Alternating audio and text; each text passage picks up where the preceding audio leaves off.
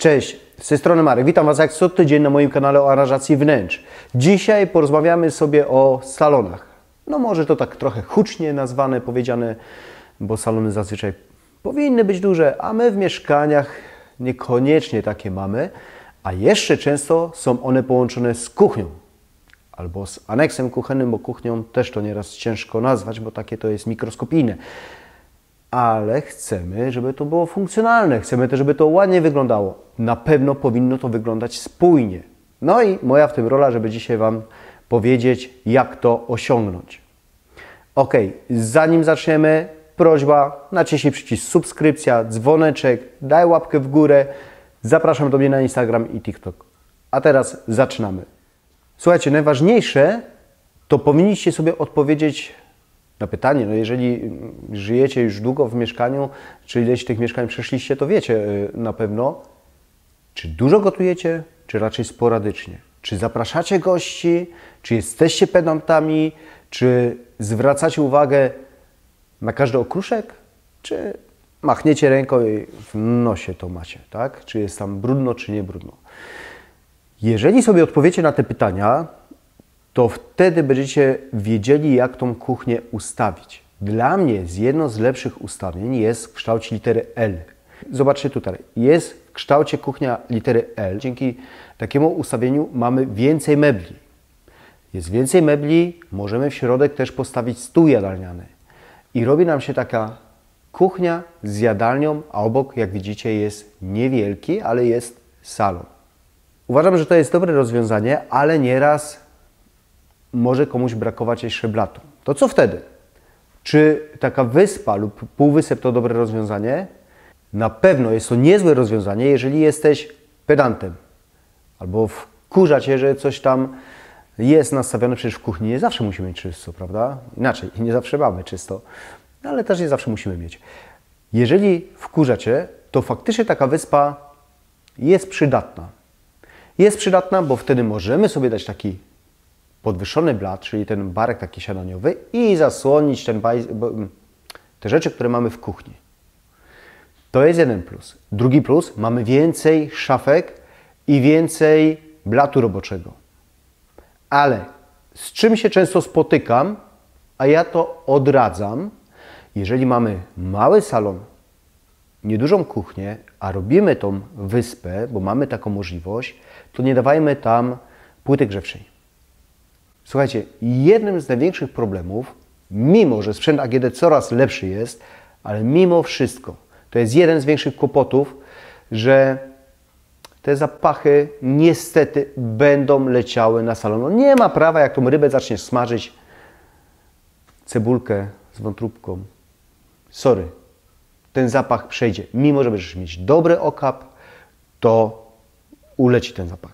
Dlatego wolałbym tą płytę grzewczą dać trochę dalej od salonu, jak najdalej. Druga rzecz, kupisz ten okap, zwróć uwagę, żeby to był dobrej jakości, żeby on nie był zbyt głośny. Bo jeżeli ty dasz na 3, 4, to uwierz mi, w salonie możesz już nie porozmawiać swobodnie. Będzie taki hałas. Tak jak mówię, no coraz lepsze są te okapy, coraz cichsze, ale mimo wszystko. Nawet jak już jesteśmy przy tym sprzęcie AGD, nawet zwróćcie uwagę na lodówkę, ile ona ma decybeli. To jest akurat taki sprzęt, który pracuje cały czas. No i po co ma hałasować?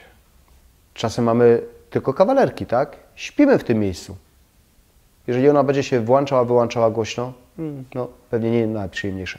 Ok, możemy mieć w kształcie litery L, możemy mieć układ pod jedną ścianą mebli kuchennych lub możemy mieć kształt litery U. Kształt litery U to tak naprawdę już ta kuchnia, ten aneks jest dosyć duży, ponieważ oprócz tego, że po jednej, drugiej stronie mamy 60 cm miejsca, to według książki powinniśmy mieć między jeszcze tymi szafkami 120 cm. Czyli sama ta kuchnia 240 cm powinna mieć, a to już jest niemało tak naprawdę. Dobre rozwiązanie, jasne jak najbardziej, bo wtedy mamy sporo blatów, więcej blatów przynajmniej i sporo miejsca. Dobrze, teraz przeskoczę na chwilkę do salonu. Co według mnie powinno być, jak powinno być zrobione, żeby ten salon wyglądał lekko? Przede wszystkim Ktoś powie kolory. Nie. Jasne kolory. Nie. Przede wszystkim meble powinny być wizualnie lekkie. A kiedy one będą wizualnie lekkie? Wtedy, jak tutaj, zobaczcie, sofa Megis z firmy Eltab, ona jest na nóżkach. I po pierwsze, odkurzacz nam tam wjedzie, wysprząta, to już jest duży plus, bardzo duży plus.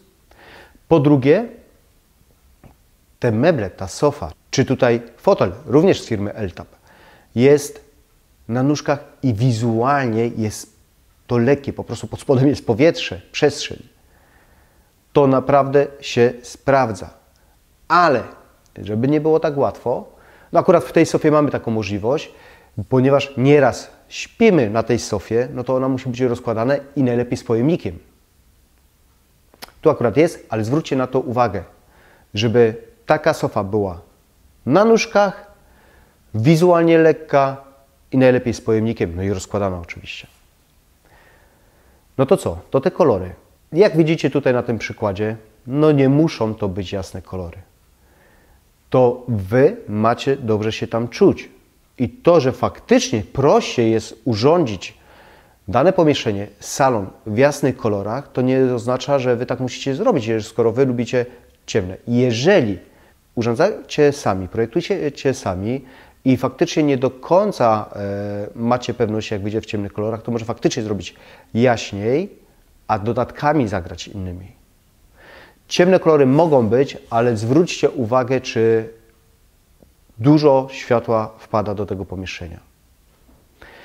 Kolejna rzecz. Jak wpada nam to światło, może chcemy firanki, może chcemy zasłonki jasne, ale te firany i te zasłony powinny też być w odpowiedni sposób powieszone. Żeby optycznie podnieść, powiększyć tą przestrzeń, jaką mamy, takie zasłony, firany powinniśmy powiesić pod sufitem. Tak jak widać tutaj. No nie powinno być, tak jak w tym przypadku, zaraz nad oknem, tylko pod sufitem. Druga rzecz, te zasłony powinny wychodzić za okno, a nie być tylko w ramie okiennej, bo wizualnie wszystko to wtedy skrócimy, pomniejszymy. Bardzo często mówię, że w małych pomieszczeniach, szczególnie w kuchniach, żeby uważać na otwarte półki. Ogólnie jestem przeciwnikiem dużej ilości półek i ponastawianych tam filiżanek, talerzy, ramek, świeczek i tak dalej, bo robi się bałagan, tak naprawdę zazwyczaj robi się bałagan. Ale w małym aneksie, o dziwo, warto pójść w tym kierunku, że mamy, bo potrzebujemy jak najwięcej szafek, no jasne, potrzebujemy tych szafek dużo, ale warto zrobić dwie opcje. Albo nie zabudowywać całą górę w szafkach, ponieważ to wtedy nam może ciążyć wizualnie, a zrobić w ten sposób, że powiedzmy zamiast jednej szafki damy sobie tam dwie półeczki, bo wtedy automatycznie zrobi się to lżejsze. Jeżeli nie lubicie półek otwartych, mimo wszystko wkurza Was to, nie chcecie wycierać kurzy, to pomyślcie, żeby zrobić w części tych szafek wiszących witryny.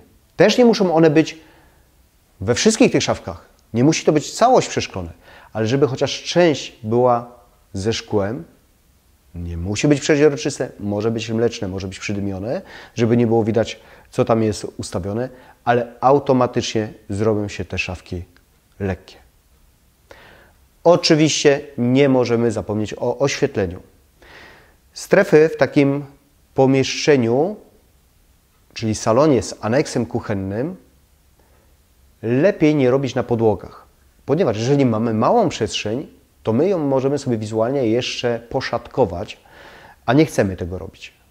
Dlatego lepiej zabawić się ustawieniem mebli, czyli albo wyspę, albo jakieś półścianki robimy, albo sofę ustawiamy w ten sposób, że oddzielamy salon od kuchni. Albo jeżeli mamy już ten luksus i mamy te 2 metry więcej kwadratowych i postawimy sobie stół, to też fajnie nam to oznaczy strefy, ale bardzo dobrym rozwiązaniem jest zabawić się światłem. Wtedy te oświetlenie wieszamy nad stołem, nad barkiem, oczywiście w salonie nad stolikiem i automatycznie robią nam się te strefy w danym pomieszczeniu. Nie idźcie tą drogą, bo słyszałem to ostatnio, że właśnie w takich małych pomieszczeniach warto zastosować meble ze szkła, bo optycznie widać tą podłogę i optycznie to powiększa. Po pierwsze, według mnie niekoniecznie. Po drugie, co z tego, że to będzie powiększało optycznie, nawet jeżeli będziemy się wkurzać, bo niestety na tym szkle będzie wszystko widać. Ja bym wolał w dekoracji się pobawić. Na przykład jakąś szklaną misę dać, może jakiś wazon lekki wizualnie. No tak, żeby też nie być niewolnikiem po prostu tych mebli i za dużo nie pracować. Zresztą zapraszam do ostatniego odcinka o rzeczach niepraktycznych. Tam właśnie wspomniałem o tego typu meblach. Zobaczcie na te inspiracje. Tu chcę Wam pokazać, zwrócić uwagę, to są wszystko nieduże pomieszczenia, nieduże salony z kuchnią, z aneksem kuchennym, a jak ładnie urządzone. I przede wszystkim, zwróćcie uwagę, ok, niektóre są tutaj jasne te pomieszczenia, ale jest dużo zabawy tutaj kolorem i wzorem, a nawet fakturą, strukturą.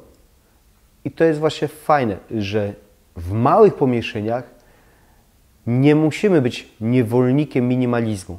Możemy się bawić tym kolorem, możemy się bawić tą strukturą, meblami, tylko żebyśmy nie zagracili tego. Dlatego wspominam o tych lekkich wizualnie meblach, dlatego mówię o tym świetle i chociaż nie zawsze mamy na to wpływ, to jednak dobrze jest, gdy mamy dużo tego światła takiego naturalnego.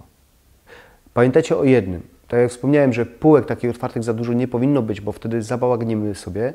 Tak samo uważajcie, wszystko co jest na wierzchu jest dekoracją, nawet kwiaty.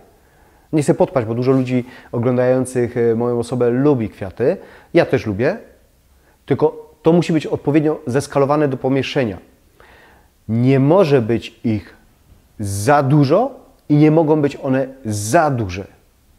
Bo to tak samo jak z każdą inną dekoracją. Po prostu gdy przesadzimy, to zrobi się bałagan. No chyba, że Ty się po prostu dopiero wtedy dobrze czujesz, jak masz tak dużo roślin. To nie ma sprawy. Zwróć uwagę, żeby po prostu te meble później były mniejsze, nie za duże, żeby były lżejsze optycznie. Może faktycznie wtedy lepiej postawić na jasne kolory, bo i tak tutaj kolorami potrafisz zagrać, jeżeli chodzi o roślinność. Najważniejsze, żebyś Ty się dobrze czuł. I mimo, że ta kuchnia z salonem jest niewielka, to ona ma być klimatyczna, a Ty masz tam odpoczywać. I jeżeli uważasz i uwielbiasz te kwiaty, jasne, nie ma sprawy. Mam nadzieję, że kilka takich szybkich porad, jak urządzić taki salon z kuchnią, niewielki salon z kuchnią w bloku, przyda się Wam. Jeżeli tak, no to liczę na tą łapkę w górę. Naciśnij przycisk subskrypcja, dzwoneczek. Zapraszam do siebie na Instagram i na TikTok. A na ten moment bardzo Wam dziękuję. Do zobaczenia i cześć.